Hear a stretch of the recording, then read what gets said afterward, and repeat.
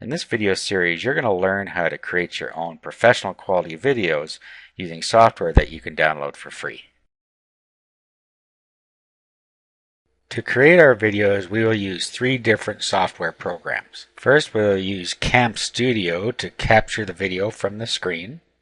Then we'll use Sovig Abbey Trimmer to edit the clip. And then we'll use FLV Producer Lite to create the streaming video.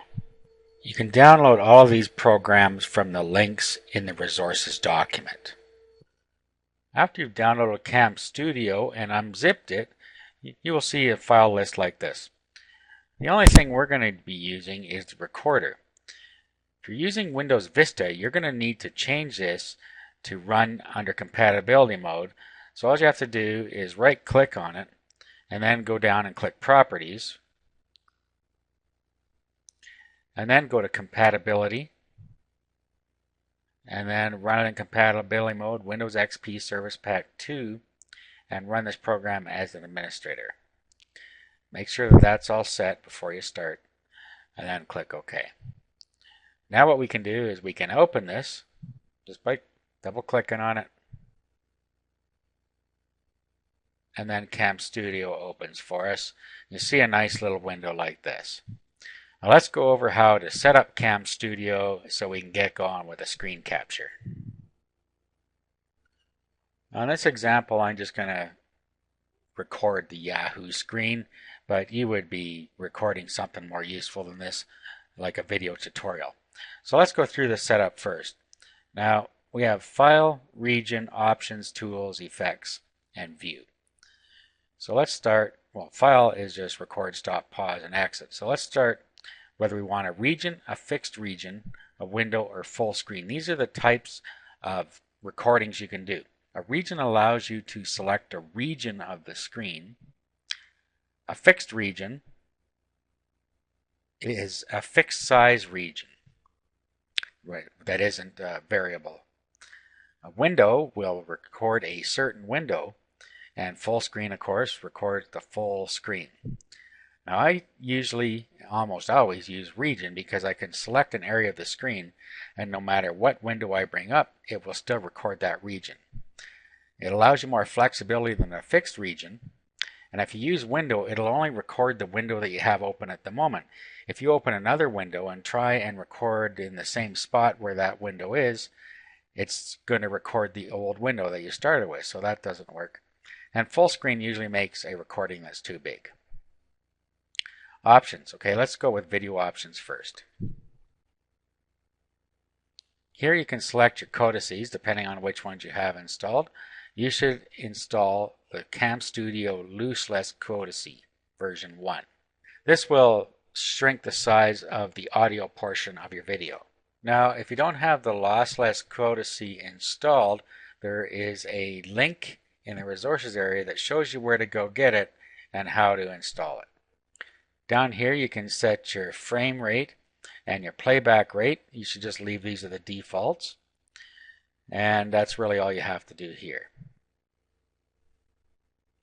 Next, cursor options.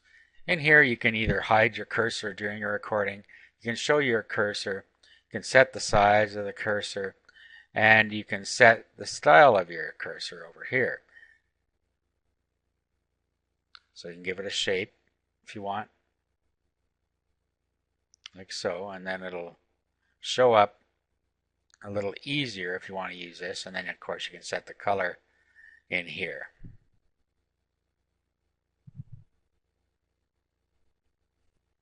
If you don't want to use that, just turn off the highlight. Okay. And once we're done there, decide whether you want to record audio. Most cases you probably do, so you select record audio from the microphone if you're recording audio. And then you have to go to audio options and audio for the microphone. Here you're going to have a drop down list of your available audio options. So you just go and pick the ones in here that you want. Now here you have your recording format. Now the best one to use here is 44.1 kilohertz mono 16-bit. This will give you the best sound quality as well as keep the sound from going out of synchronization in most cases. And then down here you have interleave audio every 100 milliseconds. You should just leave that alone. So that's all we really need to set here. Next we have enable auto pan. Now what auto pan does is it follows the cursor around the screen if in your recording region. And let's just, well, I'll show you how that works in a minute.